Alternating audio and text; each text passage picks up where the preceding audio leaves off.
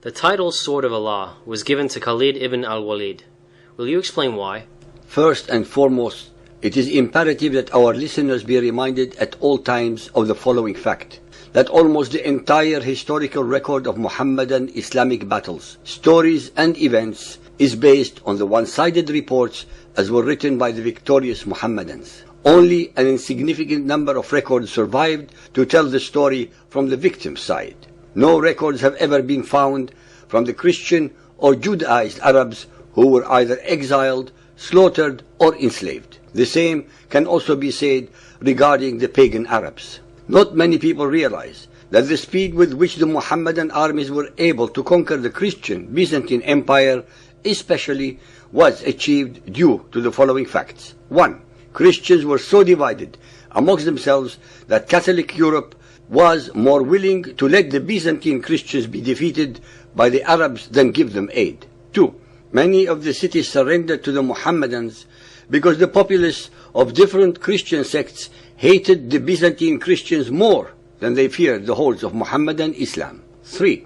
Although the hordes of Muhammadan Islam had no knowledge of siege engines, of catapults, or any of the technologies required to overcome walled cities, the abject surrender of the Christians allowed them a lightning victory. Ladies and gentlemen, please remember that those who do not learn from history will most assuredly be doomed to repeat it. Today's Christians are even more divided than they were 1400 years ago. European Christians in particular are not lifting a single finger to help their brothers and sisters in Christ in Africa or Asia, who are regularly suffering under the onslaught of a virulent revival of fundamentalist Muhammadan Islam.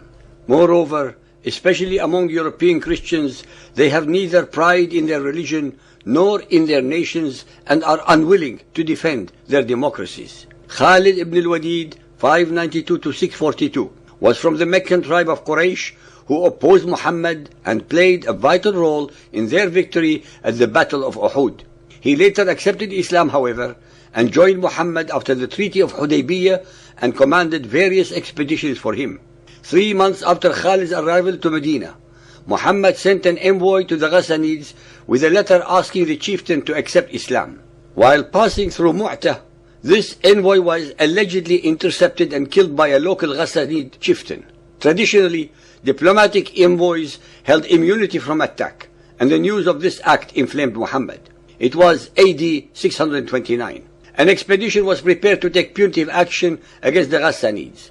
Muhammad appointed 3 different commanders to succeed each other in the case of death in battle. During the battle, the 3 named commanders were slain, and Khalid was selected as the commander. He was able to maintain his army of 3,000 soldiers against the numerically superior forces of the Byzantine Empire and Ghassanid Arabs in what could be known as the Battle of Mu'tah. Because of Khalid's brilliant military abilities, the Muslim army survived from what would have been a shameful defeat. Khalid broke 9 swords during combat in the battle, and after the Battle of Mu'tah, he was given the title Sword of Allah.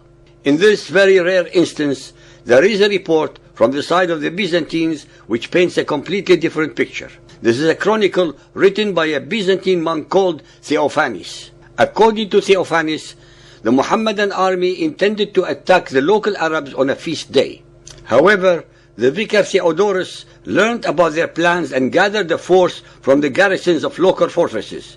He fell upon the Muslims at Mu'tah and routed them.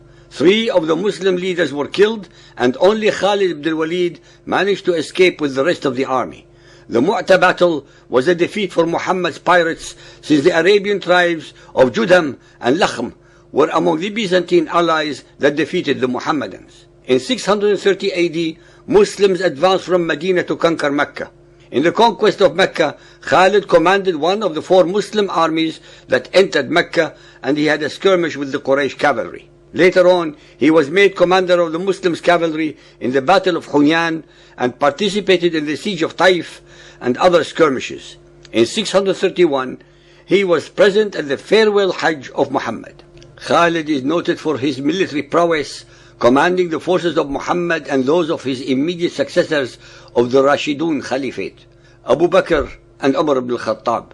He has the distinction of being undefeated in over 100 battles against the numerically superior forces of the Byzantine Roman Empire, Sassanid Persian Empire, and their allies. After Muhammad's death, many tribes broke away in revolt against the oppressive rule of Medina. Khalid played a key role in commanding Medinan forces for Abu Bakr in the Ridda or apostasy wars, which caused the slaughter of thousands of Arabs. According to Shia sources, Khalid preferred more aggressive methods and sent out parties of horsemen to round up the fugitives and plunder their property. One such party seized Malik bin Nuwayra and his family and brought them into Khalid, although they claimed to be Muslims. The men of Medina who were with the army protested vigorously against Khalid's ruthlessness, but without avail. Khalid declared Malik an apostate and ordered his execution. The same night, Khalid raped Malik's widow, Layla bint al-Minhal, who is said to be one of the most beautiful women in Arabia at the time. Khalid's rape of Layla later became a controversial issue because there was a group of people who believed that Khalid had killed Malik to get Layla, and Khalid was called by Khalifa Abu Bakr to explain the matter. I would like to remind our listeners that Khalid was only following Muhammad's sunnah of raping the women of his slaughtered victims the same night, and then his followers called it marriage. After the incident of Malik, Khalifa Abu Bakr sent Khalid to crush the most powerful threat to the nascent Islamic state of Medina, another self-proclaimed prophet, Musaylima. Khalid won a decisive victory against him in the Battle of Yamama, which was fought in 632 AD. With the defeat of Musaylima, nearly all resistance of the rebel tribes collapsed. Our listeners should be made aware that it was during this very battle that hundreds of the memorizers of the Quran were slaughtered, and with them all the verses that only they knew about. Now, Khalif Abu Bakr decided to expand the empire. The Islamic conquest of Persia was to begin. Khalid was sent to the Persian Empire with an army consisting of 18,000 to conquer the richest province of the Persian Empire, Iraq.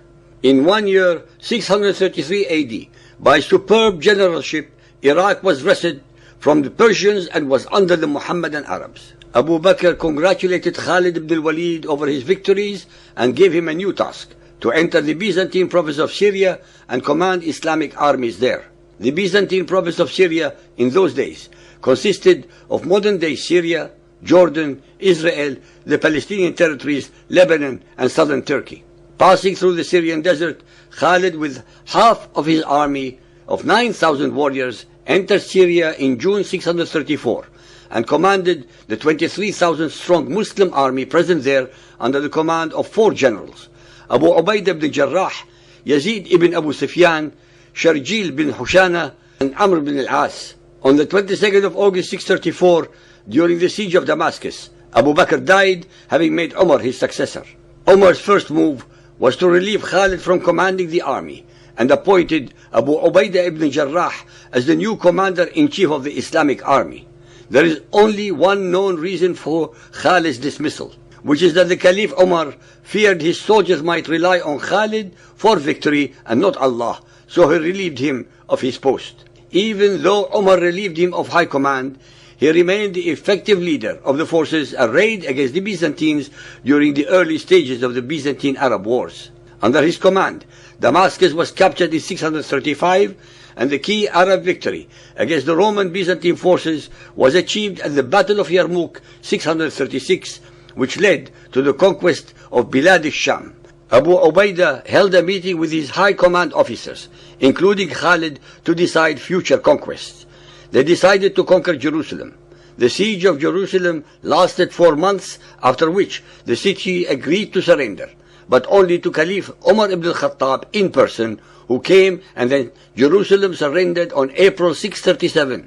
Khalid's popularity and fame among the Arabs became so great that poets recited odes about his glorious achievements to such an extent that the Caliph Umar found a flimsy pretext to actually dismiss him from the army. He then went to Medina to meet Umar to protest about what he considered to be injustice.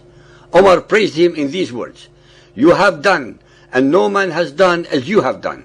But it is not people who do, it is Allah who does." Later, Umar explained his dismissal of Khalid. "I have not dismissed Khalid because of my anger or because of any dishonesty on his part. but because people glorified him and were misled. I feared that the people would rely on him. I want them to know that it is Allah who does all things, and there should be no mischief in the land. Khalid had wanted to die a martyr in the field of battle, and was disappointed when he knew that he would die in bed. Khalid put all the torment of his soul into one last anguished sentence. I fought in so many battles seeking martyrdom that there is no place in my body but have a stabbing mark by a spear, a sword, or a dagger. And yet here I am, dying on my bed like an old camel dies. May the eyes of the cowards never sleep. Khalid's successful military career and valor were repaid with what can only be described as ignominy.